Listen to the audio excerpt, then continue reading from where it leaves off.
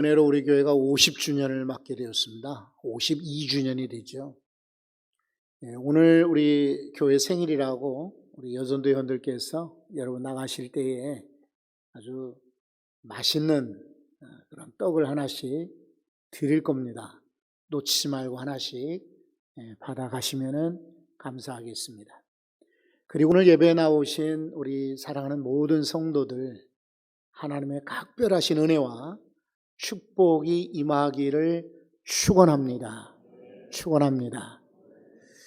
오늘 우리는 코로나와 함께 가는 그런 세상이 되었습니다. 지난 2월 말 코로나가 뉴스에 나올 때만 해도 금방 지나갈 줄 알았어요. 독감처럼 쉽게 지나갈 줄 알았는데 이렇게 길게 갈 줄 누가 알았겠습니까? 그리고 이것도 쉽지 않아서 아마 내년 말까지는 가지 않을까 이렇게 추측을 하고 있으니 참 걱정이 크지요. 그래도 우리는 이제까지 그려왔듯이 어떤 환경 속에서도 우리는 계속해서 좌절하거나 포기하지 않고 도전하며 살아왔습니다. 이 코로나 때에도 여러분 낙심하고 절망하지 말고 도전하면서 모두가 다 승리할 수 있기를 소원합니다. 이 코로나 시절에 우리는 어떤 신앙을 가져야 될 것인가? 그리고 우리 교회는 무엇을 강조해야 될 것인가? 이런 주제로 말씀을 준비를 했습니다. 오늘 성경 우리 최 목사님과 함께 읽었던 말씀 29절에 먼저 말씀을 다시 보겠습니다. 자, 예수께서 거기서 떠나사 어디로 가셨습니까? 갈릴리 호숫가에 이르러 산에 올라가서는 어찌하셨다고요? 앉으시니 라고 말하고 있습니다. 거기서 떠났다라고 하는 것은 바로 그 앞전의 말씀을 인용하는 거예요. 그런데 앞전에는 어떤 일이 있었습니까? 두로라고 하는 지역에 가셔서 예수님이 유대를 벗어난 최초의 장소이기도 합니다. 딱 한 번 유대 국경을 넘어간 것이죠. 근데 거기 가서도 쉬지 못하고 계속해서 복음을 전하셨습니다. 가나안 여자에게 이제 큰 믿음이라고 칭찬하고 내 소원대로 되리라 라고 축복을 해 주셨어요. 우리 주님은 가는 데마다 믿음을 확인하시고 그리고 축복하십니다. 오늘도 이 가나안 여인처럼 큰 믿음 갖고 이제 주님 앞에 나왔으니 주의 은혜와 축복이 여러분 소원대로 이루어지는 축복이 있기를 간절히 소망합니다. 이제 이렇게 두로에서 여기 우리 마태복음에는 잘 소개되지 않았지만 같은 병행구절이라고 하는 동일한 사건을 소개한 마가복음 7장에 보면은 31절에 그랬습니다. 예수께서 다시 두로에서 시돈을 지나고 데가볼리 지방을 통과하여 갈릴리 호수에 이르시매라고 적혀 있어요. 지금 레바논이죠, 레바논. 두로는 이스라엘에서 멀지 않아요. 그런데 거기서 또 시돈 지방으로 가셨고 시돈에서 윗지방으로 이렇게 돌아서 데가볼리는 어디냐면 갈릴리 호수의 동쪽에 있는 지방을 말해요. 여기에 오셔서 호숫가에 산에 오르셨다 그랬어요. 예수님께서 왜 산에 오르셨을까요? 거기 산에 단풍놀이 하러 가신 것이 아닙니다. 야유회를 간 것이 아니고 거기 앉으셨다라고 말하고 있습니다. 예수님이 주로 앉으시는 사건을 보면은 가르치시는 일입니다. 성전에 앉으셨다, 회당에 앉으셨다, 바닷가에 앉으셨다. 곧이어 나오는 말씀은 가르치시는 내용이 소개되어 있어요. 그러니까 오늘 이 말씀에서도 호숫가에 앉으심에라는 말씀은 바로 예수님이 가르치시기를 시작한 거예요. 실제로 예수님은요, 소위 3대 사역이라는 사역을 행하셨어요. 마태복음 4장에 있습니다. 23절 말씀을 보면은 예수께서 온 갈릴리에 두루 다니사 그들의 회당에서 가르치시며 천국 복음을 전파하시며 백성 중에 모든 병과 모든 약한 것을 뭐라고 하셨습니까? 고치시니. 3대 사역이거든요. 첫째는 천국 복음을 전파하셨다. 두 번째는 가르치셨다. 세 번째는 고치셨다. 여러분, 시절이 변하고 코로나 아니라 코로나 100배의 전염병이 올지라도 교회는 예수님이 이 3대 사역을 놓치지 말고 행해야 됩니다. 이제는 옛날처럼 종합사역은 아마 어려울 것 같아요. 그죠? 지금 아직도 노인분들 우리가 사역, 병원 사역, 또 군선교 사역, 교도 사역, 학원 사역 거의 지금 멈춰 있어요. 그래도 천국 복음을 증거하고 전파하는 전도는 해야 합니다. 특별히 여러분 추수감사절 다음 달 15일인데 영추, 영혼의 추수를 위해서 여러분 주변에 가서 천국 복음을 전파하십시오. 우리 예수 믿자. 우리 함께 교회 가자. 한 사람, 여러 사람이 아니라 한 사람이라도 추수해서 늦었지만은 올가을에 영혼을 추수하는 우리 성도들 되시기를 바랍니다. 교회에 이제 지난 추수 이렇게 코로나 있을지 모르고 전도지를 많이 만들어놨습니다. 그리고 요즘에는 참 유용하게 쓰이는 물티슈들을 이렇게 여러 개 또 준비를 했어요.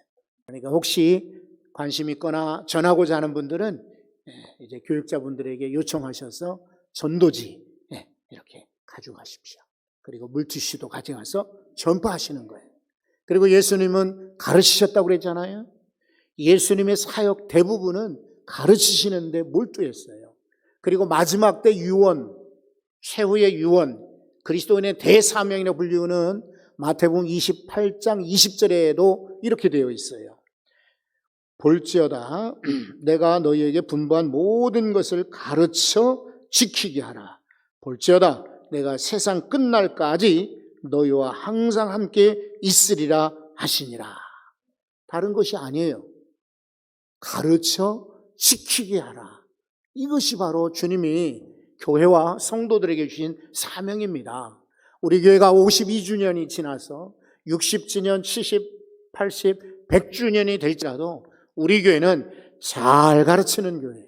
뭘 가르칠까요? 돈 버는 방법 아니에요. 어디 가서 말 잘하는 방법 아니에요. 정치적으로 성공하는 비결 아니에요. 그런 게 아니라 말씀이에요. 하나님 말씀을 가르쳐 지키게 하는 이 귀한 사명을 감당할 수 있어야겠습니다. 그리고 여러분들도요, 이제 마지막 때가 되지 않았어요? 거의 지금 마지막입니다. 12시 5분 전과 같다고 할 수 있어요. 다른 것보다 말씀 배우는 데 더 집중하고 말씀을 더 많이 들으실 수 있기를 바랍니다. 그리고 또 예수님이 이 코로나 시절에 하신 일을 보면은 우리도 이거 따라가면 좋아요. 뭘 따라갈까? 한번 30절을 보십시오. 큰 무리가 다리 저는 사람과 장애인과 맹인과 말 못하는 사람과 기타 여럿을 데리고 와서 예수의 발 앞에 앉힘에 어찌하셨습니까? 고쳐주시니 그랬어요. 예수님께 나와 앉은 그런 병자들은요, 못 고치는 사람은 없었어요. 예수님이 다 고쳐주셨어요. 지금도 마찬가지입니다. 주 앞에 나와서 가나안 여인처럼 주여 나를 불쌍히 여기소서 하는 영혼들마다 고침받고 회복될 줄로 믿습니다.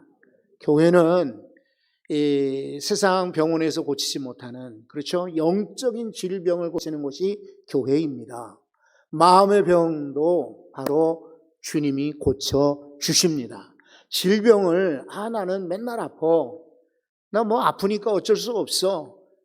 여러분 질병을 통해서도 우리가 교훈도 받고 경고도 받고 때로는 겸손하게 되고 기도하게 되지만은 그렇다고 질병을 계속해서 가지고 다닐 필요 없어요. 아이고 나는 이제 얼마 안 있으면 천국 갈 건데 좀 아프면 어때? 그거 아닙니다. 물론 하늘나라 가면 아픈 것 병든 것 이제 없다고 하셨지만은 천국에서 병 낫고 건강하기보다 이 땅에서 남은 세월 동안 강건하시기를 바랍니다. 그러려거든 교회가 예수님이 하신 것처럼 병을 고치시니 교회는 회복의 장소가 되어야 됩니다. 오늘 얼마나 많은 현대인들이요 아픈지 몰라요. 가정주부들도 아프죠. 젊은 사람도 아프고요. 나이 드신 분들도 아파요. 말을 못하는 사람이 있어도 실은 그 속으로 병든 이들이 참 많지 않습니까? 그러니 오늘 말씀과 같이 예수님 발 앞에 앉은 온갖 종류의 병자들이 고침받은 것처럼 어떻습니까? 여러분 도전되지 않아요? 여러분도 기대가 되지 않습니까? 내 병도 우리 주님이 고쳐주시리라 기대하고 주님께 매달리시기를 바랍니다. 야고보 사도가 가르쳐 주었어요. 야고보서 5장 14절에서 16절입니다. 너희 중에 병든 자가 있느냐? 그는 교회의 장로들을 청할 것이요 그들은 주의 이름으로 기름을 바르며 그를 위하여 기도할지니라. 믿음의 기도는 병든 자를 구원하리니 주께서 그를 일으키시리라. 혹시 죄를 범하였을지라도 사심을 받으리라. 그러므로 너희 죄를 서로 고백하며 병이 낫기를 위하여 서로 기도하라. 의인의 간구는 역사하는 힘이 큼이니라. 어떻습니까? 야고보 사도가 권하지 않아요? 너희 중에 병든 사람이 있거냐? 교회 장로들을 청하라. 그들이 그를 위하여 기름을 바르며 유하여 기도할 것이다. 의인의 간구는 역사하는 힘이 크다. 여러분, 우리 교회에 오셔서 이 코로나 때 우울증, 코로나 때 여러 가지 종류의 두려움, 불안, 그리고 이것저것 아픈 분들이 다 고침받고 회복되기를 간절히 소원합니다. 또 이 코로나 때에 우리 교회가 감당해야 될 사명이 있어요. 그리고 우리 성도들이 이런 신앙 가지면 좋습니다. 뭐냐면은 자, 31절을 보겠습니다. 말 못한 사람이 말하고 장애인이 온전하게 되고 다리 저는 사람이 걸으며 맹인이 보는 것을 무리가 보고 놀랍게 여겨. 그 다음 구절은 여러분이 한번 읽어보세요. 아멘. 이스라엘의 하나님께 영광을 돌리니라. 왜 그러냐면 예수님이 고칠 때요 내 이름으로 고침받으라 하지 않았던 거예요. 주의 이름으로, 하나님의 이름으로 고침받아라 그런 것이죠. 우리는 그 자리에 없었기 때문에 다 알지 못하지만 이스라엘 백성들의 또 유대인들 뿐만 아니라 이방인들이 고백하는 걸 보면은 하나님께 영광을 돌렸다고 그랬어요. 사람이 아니고요, 장소가 아닙니다. 어떤 사상이나 어떤 이론이 아닙니다. 우리 교회는 이 코로나 때에 사랑하는 성도 여러분들은 무조건 하나님께 영광을 돌리시기 바랍니다. 사람이 영광 받으면요 교만해져요. 나중에 하나님 버리셔요. 그러나 하나님께 영광 돌리면은 모든 일이 형통하여 지는 것입니다. 그래서 과거부터 지금까지 성경 인물이나 역사 인물들, 믿음의 사람들은요 어떤 일을 만날 때마다 하나님께 영광을 돌렸어요. 여러분도 이 코로나 때에 다른 신앙이 아니에요. 하나님께 영광. 지금 어려워도 힘들어도 하나님께 영광 이렇게 돌리시면은 정말 여러분의 인생이 잘 될 것입니다. 자, 코로나와 공존하는 교회가 오늘 제목이죠. 그러면 이 시절에 우리는 어떤 신앙을 가져야 되고 교회는 무엇을 강조할 것인가? 배우는, 가르치는 교회와 배우는 성도. 두 번째, 회복되는 성도, 회복시키는 교회. 하나님께 영광 돌리는 성도, 하나님께 영광 돌리는 교회가 되어야 마땅할 줄로 믿습니다. 우리 성도들 가운데 교회 일꾼들이요 하나님께 찬양으로 영광을 이제 돌립니다. 영상을 한번 보십시오. 미리 준비를 했습니다.